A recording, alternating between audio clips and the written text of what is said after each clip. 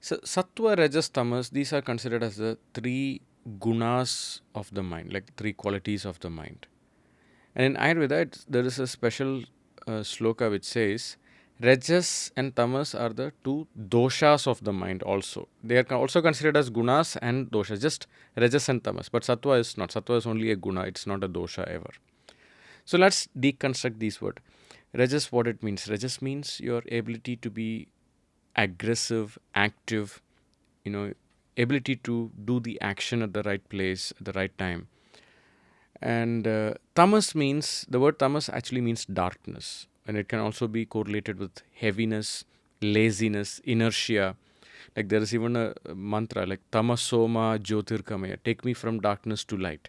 So tamas means heaviness, sometimes just inactivity. So we get into, when you read some certain spiritual books, people come with an impression that we should not be tamasic. Yes, we should not be tamasic in nature, but we need tamas at a lot of times in our life. For example, at night I should be tamasic and go to sleep, and in the daytime I should be rajasic and I should be very active in life. So people think rajas means just anger and tamas means couch potato. We don't do anything.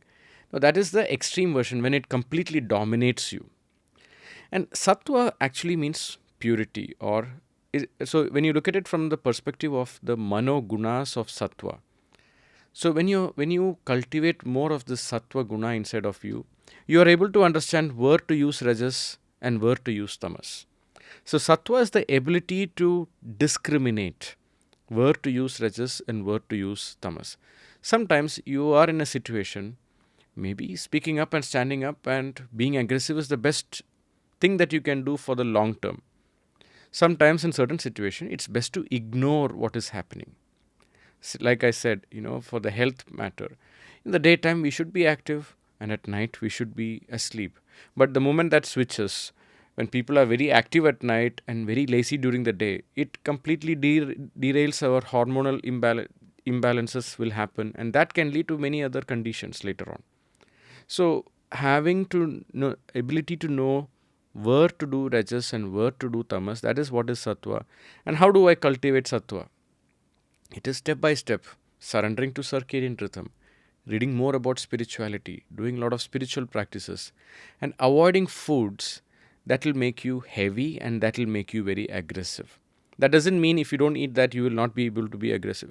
Sometimes, depending on the nature of your job, if you are into a lot of creativity, you need to have a lot of knowledge. Then, if you eat foods that will make you very tamasic and derail you, maybe alcohol, it immediately gives you a rajas and it puts you into the tamas. So sometimes people feel, I just want that kick, so let me go and do that, but immediately it puts you down.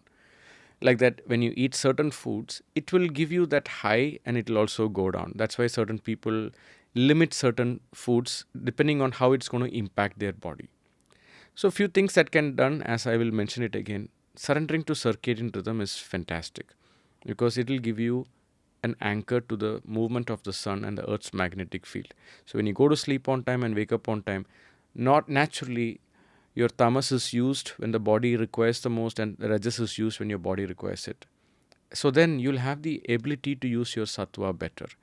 And then eating healthy, eating fresh, avoiding processed food, and then reading positive books that talks about, in Ayurveda there is a sutra, Di Dhairyam Atmadi Vijnanam.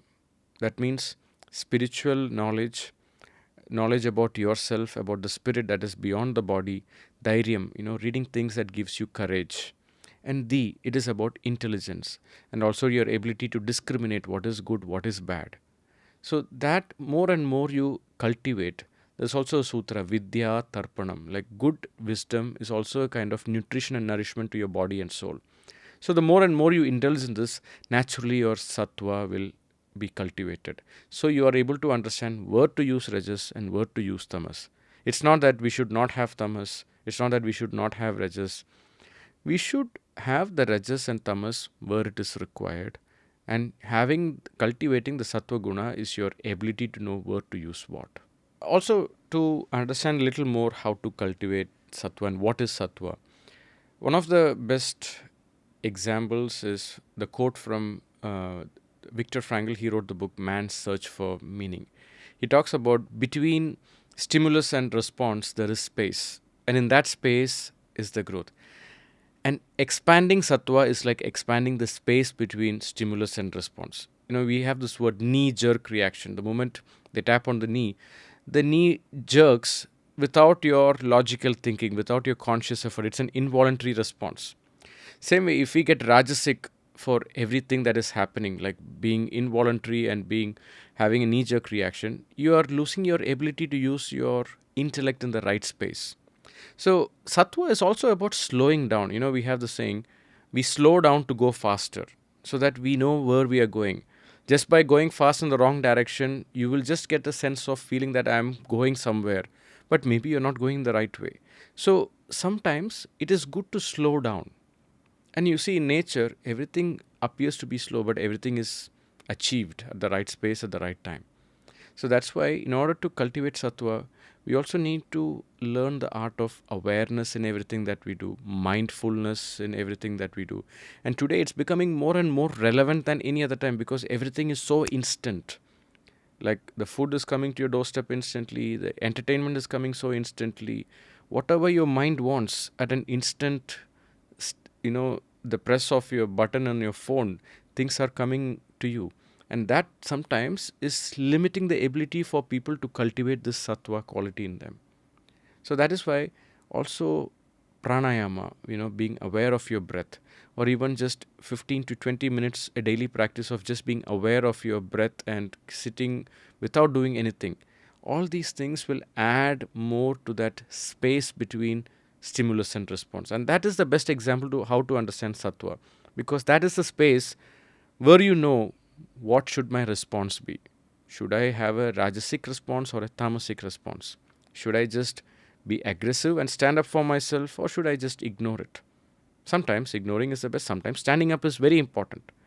So in certain situation, procrastination, it's a tamasic approach. Somewhere I am worried, I don't have the energy to deal with it, so let it happen some other time. So at that period of time, rajas will be very powerful to you.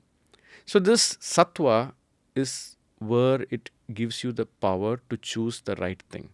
And that gives you clarity.